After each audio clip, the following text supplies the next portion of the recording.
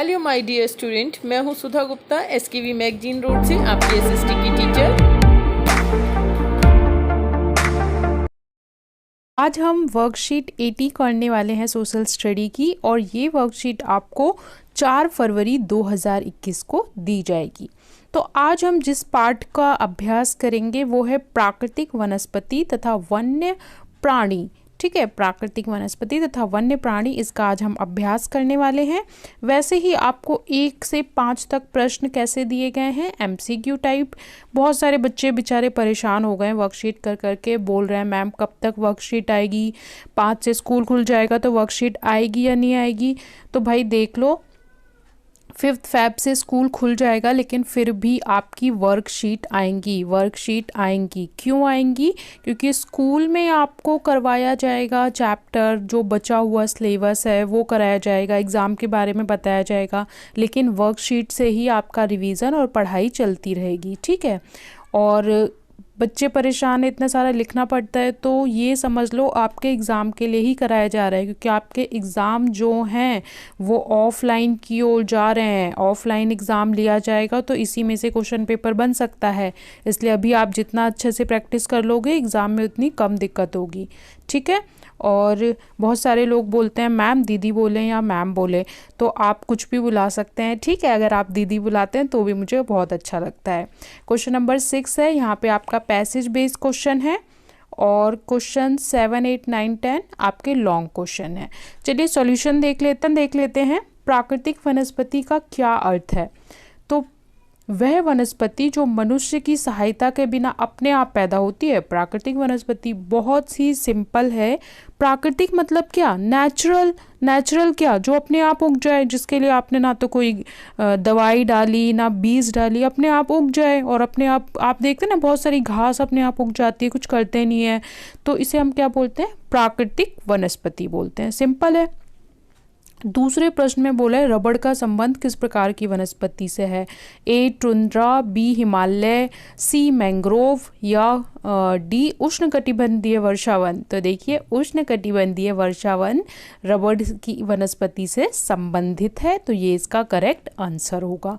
ठीक है, अगले प्रश्न में आपसे पूछा गया है वनस्पति जगत तथा प्राणी जगत में मुख्य अंतर। तो ये 1 मार्क का क्वेश्चन है, तो यहाँ पे आपको शॉर्ट आंसर देना है। वनस्पति जगत तथा का अर्थ होता है विशेष क्षेत्र में पौधों की उत्पत्ति से, पर्टिकुलर एरिया में जो पौधे उगते हैं। ठीक है, उसे हम क्या बोलते हैं? वनस्पति जगत। और वरन प्राणी जगत का अर्थ किसी विशेष क्षेत्रफल में जानवरों की प्रजाति से, यानी कि पर्टिकुलर एरिया में कितने जानवर हैं उससे हम क्या कहते हैं? प्राणी जगत कहते हैं। ठीक है, तो ये डिफरेंस है दोनों में। सिमलीपाल जीव मंडल निचय कौन से राज्य में स्थित है? तो सिमलीपाल कौन से राज्य में पाया जाता है? पंजाब, दिल्ली, उड़ीसा या पश्चिम बंगाल?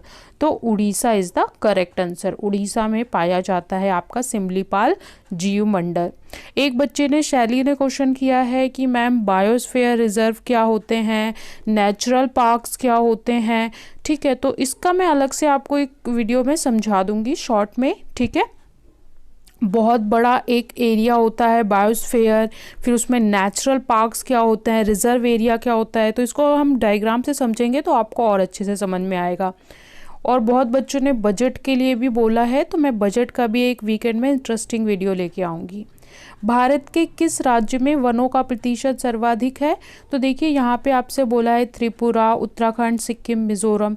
तो लेटेस्ट 2017 का जो डाटा आया था उसमें मिजोरम जो है वो प्रतिशत में, परसेंटेज में अगर आप बोलें तो यहाँ पे 85 समथिंग % है। ठीक है, 80 प्लस में है, तो 80 प्लस में परसेंटेज में पाया जाता है। मतलब अगर प्रतिशत में आप बोलेंगे ना, वैल्यू में बोलेंगे तो कुछ और होगा, प्रतिशत में बोलेंगे तो मिजोरम इज़ द जहाँ पे हाईएस्ट परसेंटेज कवर करता है फॉरेस्ट का। ठीक है, इसके बाद क्वेश्चन 6 में आपको अनुच्छेद दिया था, अनुच्छेद पढ़ के प्रश्नोत्तर देने थे। नीचे दिए गए अनुच्छेद को पढ़कर प्रश्नोत्तर दीजिए।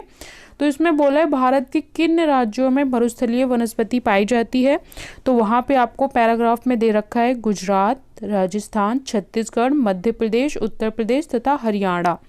मरुस्थलीय वनस्पति का जहाँ पे कटीली झाड़ियाँ, तो धीरे धीरे जो हमारी वनस्पति है ना वो मरुस्थली की तरह बढ़ रही है, क्योंकि हम क्या कर रहे हैं, वर्षा दिन ब दिन कम होती जा रही है।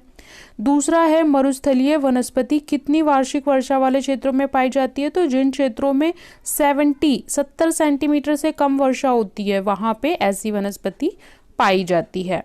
इसके बाद अगले प्रश्न में बोला है मरुस्थलीय वनस्पति की क्या क्या विशेषताएं हैं। तो इन वनों के वृक्ष बिखरे हुए होते हैं। जो मरुस्थलीय होता है वहाँ पे क्या होता है, एक पेड़ आपको यहाँ नज़र आएगा, एक पेड़ यहाँ नज़र आएगा, ठीक है, दूर दूर होते हैं। इनकी जड़ें लंबी तथा जल की तलाश में चारों ओर फैली होती है। तो इनकी जो जड़ होती है, ये पौधा है तो इसकी जड़ क्या होगी, बहुत लंबी होती है, दूर दूर तक जल की तलाश में चली जाती है, क्योंकि आपको पता है रेगिस्तान में पानी बहुत कम होता है। तो जो रूट्स होती हैं काफ़ी लॉन्ग होती हैं, काफ़ी दूर दूर तक चली जाती है, किलोमीटर तक पानी की तलाश में।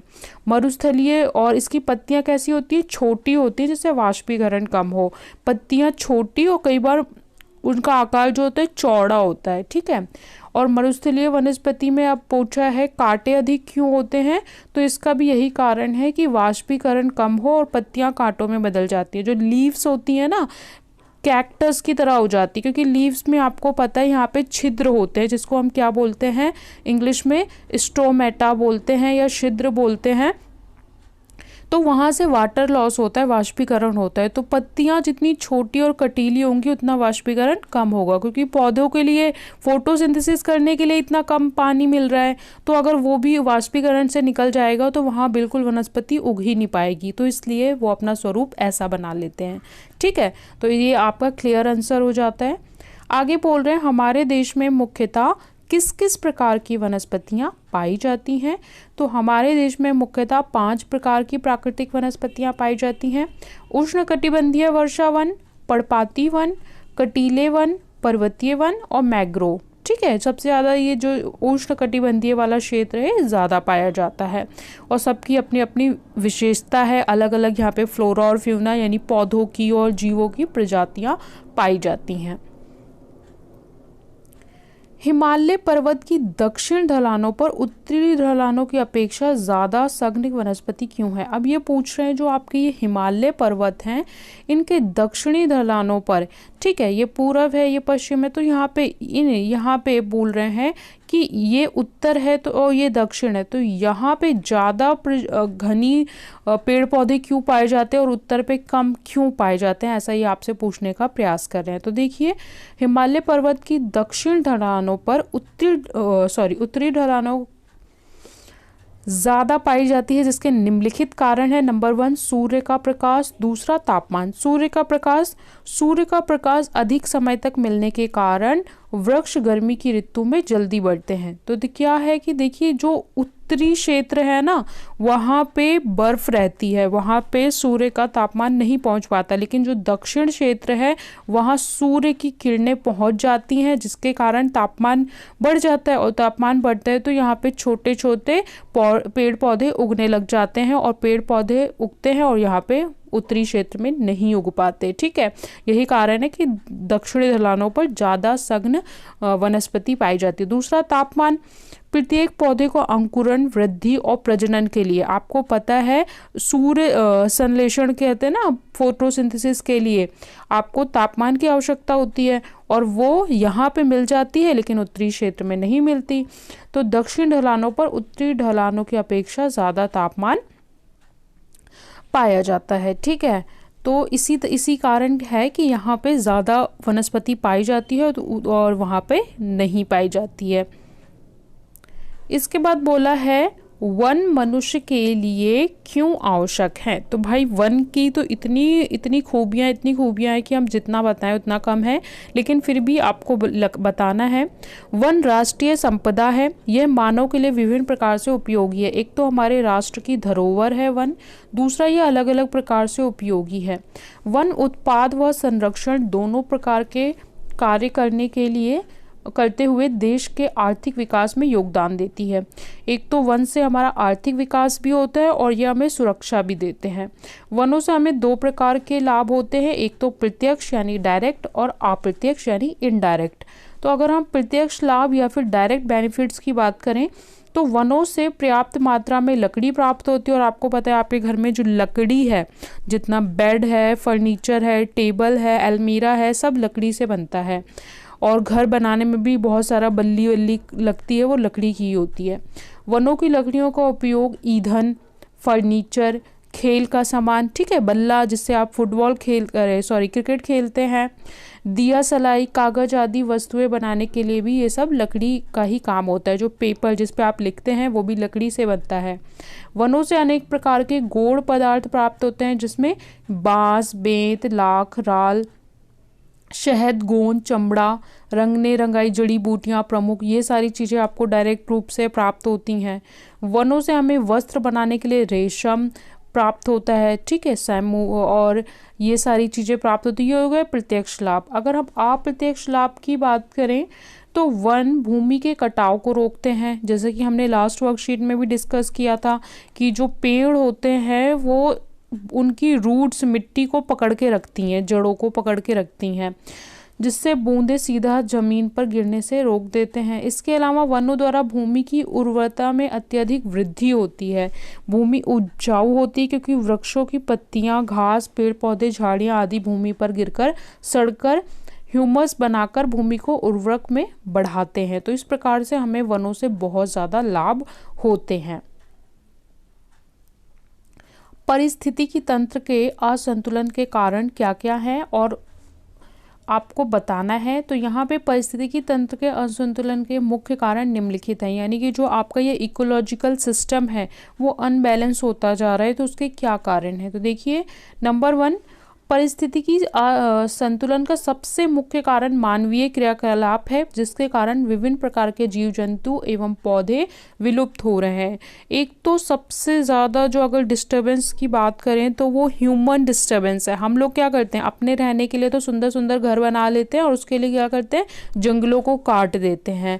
बहुत सारे जो यहाँ पे लिविंग नॉन लिविंग रहते हैं उनकी लाइफ क्या होती है, डिस्टर्ब हो जाती है। दूसरा है, जब किसी प्राकृतिक क्षेत्र में विदेशी प्रजातियों के जीव जंतु या पौधों को लाया जाता है, तब उनमें से कुछ प्रजातियां आक्रामक होकर स्थानीय प्रजातियों की कमी या विलुप्त का कारण बनती हैं। देशज और विदेशज हमने वनस्पति पढ़ी थी, तो कई बार क्या होता है, जब हम किसी विदेशी वनस्पति को लाते तो उसके साथ साथ कुछ अनवांटेड घास भी उग जाती है, और जिसकी वजह से वो हमारी कुछ प्रजातियों के विलुप्त होने का कारण बनती हैं। जब एक जाति विलुप्त होती है तो उस पर निर्भर दूसरी जाति पादप भी विलुप्त होने के लगते हैं। इसके अलावा कुछ होते हैं एक दूसरे पे डिपेंडेंट होते हैं, कि जैसे एक चीज़ अगर डैमेज होगी तो उस पे डिपेंडेंट दूसरी चीज़ भी अपने आप डैमेज होने लगेगा। तो ये कारण है। इसके अलावा अगर हम बात करें तो किसी क्षेत्र में बाढ़, दावानल, चक्रवात, ज्वालामुखी जैसी प्राकृतिक आपदाएं भी कहीं ना कहीं पारिस्थितिकी असंतुलन का कारण बन गई हैं। जैसे आप देखते हैं अचानक बाढ़ आ जाती है, सूखा पड़ जाता है, ये प्राकृतिक जो संकट है ये भी हमारे अनबैलेंस का, प्राकृतिक असंतुलन का काम करते हैं। तो ये आपका कंप्लीट आंसर 10 होता है, ठीक है।